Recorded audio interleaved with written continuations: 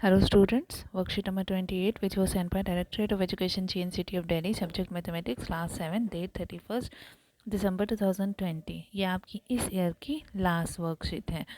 तो सबसे पहले आप अपना name and name of class teacher लिखेंगे। आज का हमारा टॉपिक है डाटा हैंडलिंग। तो मैथ्स इन मंडाला आर्ट, ये हमारे पास एक आर्ट बनी हुई है।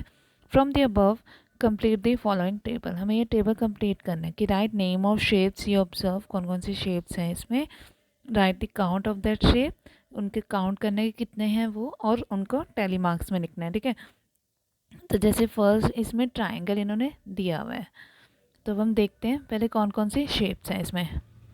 सबसे पहले तो ट्राइंगल ही थी, ये उन्होंने दे दिया कि 12 है। ठीक है, फिर सेकंड क्या है, ये देखो ऑरेंज वाली स्क्वायर। स्क्वायर कितने हैं, 1 2 3 4 5 6 7 8 9 10 11 12, कितने हैं, 12 है स्क्वायर भी। फिर ये वाली जो फिगर है ये कौन सी है, ट्रेपीजियम।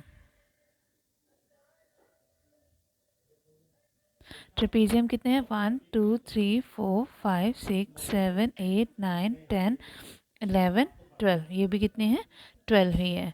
और जो नेक्स्ट है बच्चों, ये वाली फिगर्स देखो, ये वाली ये क्या है, पैरेललोग्राम्स है।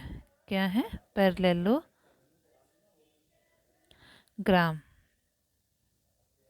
ये कितने हैं, 1 2 3 4 5 6 7 8 9 10 11 12, और ये 13 14 15 16 17 18 19 20 21 22 23 24 25 26 27 28 29 30 31 32 30 34 35 36, पैरेललोग्राम है 36।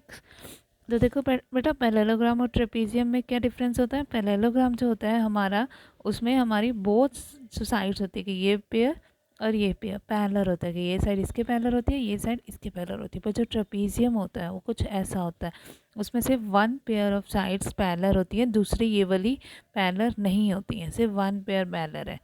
ठीक है, तो अब हम इसमें टेबल में पुट करेंगे,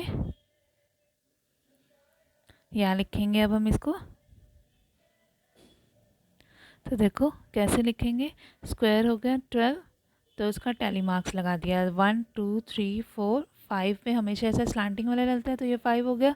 फिर 6 7 8 9 10 11 12। ठीक है, फिर ऐसे ट्रेपीजियम का 12 लिखा, और पैरेललोग्राम का 36, 5 10 15 20 25 30 35, और ये 36। ठीक है, फिर आगे इसमें कुछ क्वेश्चंस दिए हुए हैं, उसे सॉल्व करते हैं। Right count of shapes from the table in data form in ascending order. Ascending order में लिखना है, तो क्या हो जाएगा, 12 12 12 एंड 36 हो गया ascending order. Right the number which appears most, कौन सा नंबर ज़्यादा बार आ रहा है, कौन सा आ रहा है, 12 आ रहा है। Write the name of shape whose count is maximum, कौन से शेप का मैक्सिमम काउंट है, 36 किसका था, पैरेललोग्राम का। तो यहाँ आप लिख दोगे पैरेललोग्राम।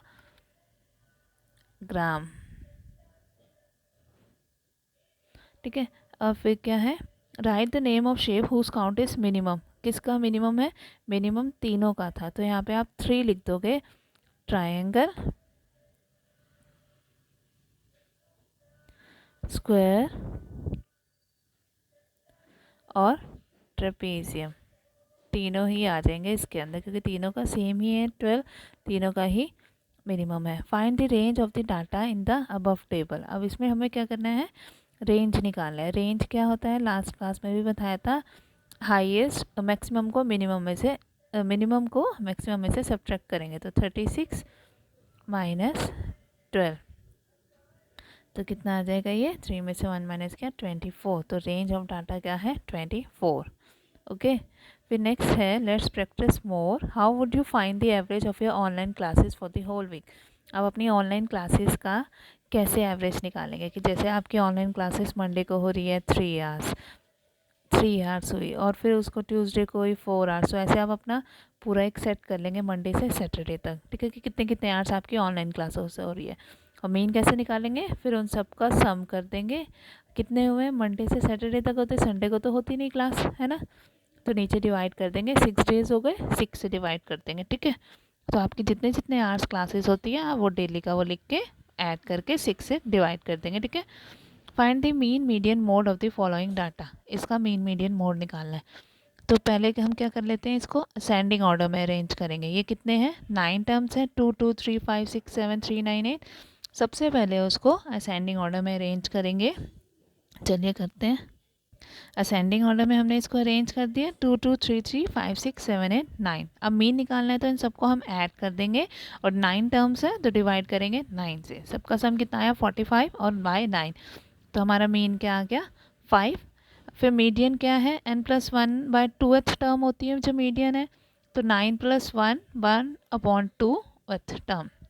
ये तब होता है जब n क्या है, ऑड होता है, 9 है, ऑड है ना, तो 9+1 10/2 कितना हो गया, 5। तो फिफ्थ टर्म जो है वो हमारी क्या है, मीडियन है। तो फिफ्थ टर्म कौन सी है, 1 2 3 4 5, 5 ही है हमारी फिफ्थ टर्म, तो वो हमारी हो गई मीडियन। और फिर मोड क्या होता है, मोड जो विच अपीयर्स मोर, जो ज़्यादा बार आ रहा है।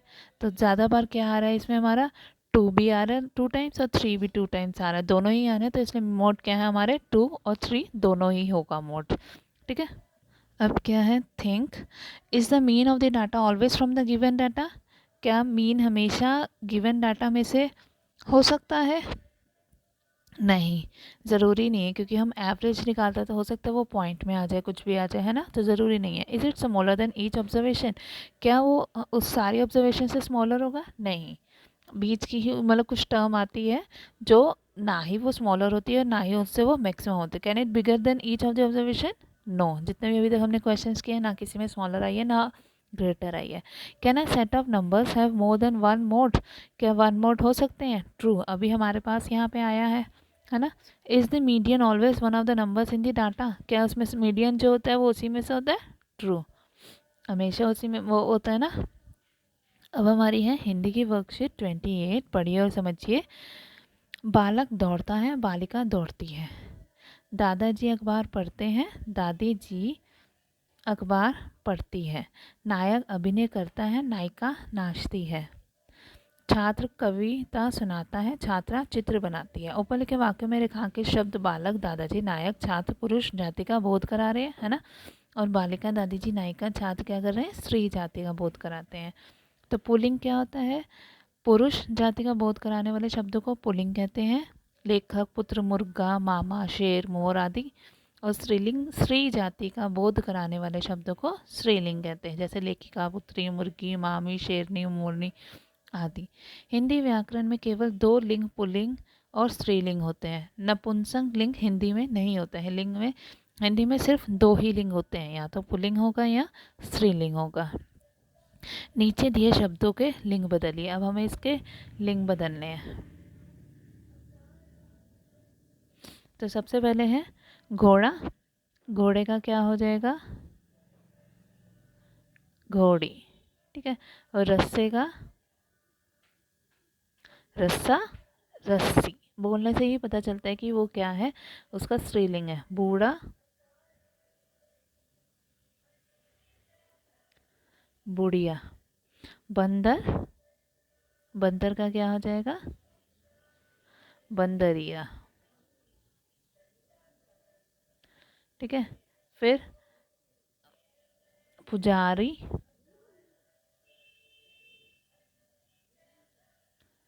पुजारिन, पुजारी, पुजारिन।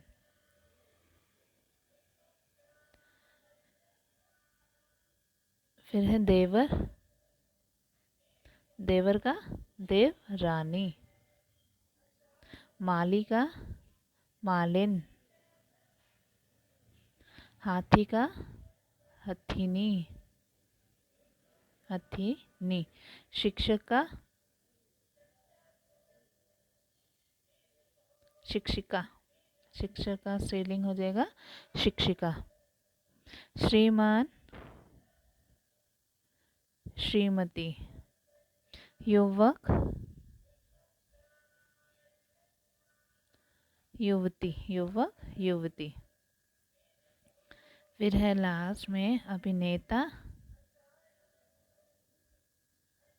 अभिनेत्री, और कवि का कवित्री, ठीक है स्टूडेंट्स। अब आप इसे लर्न करेंगे और अपनी कॉपीज़ में नोट डाउन करेंगे, और भी जितने आपको स्त्रीलिंग बदलाव मिल सकते हैं आप वो भी लर्न करेंगे, ठीक है।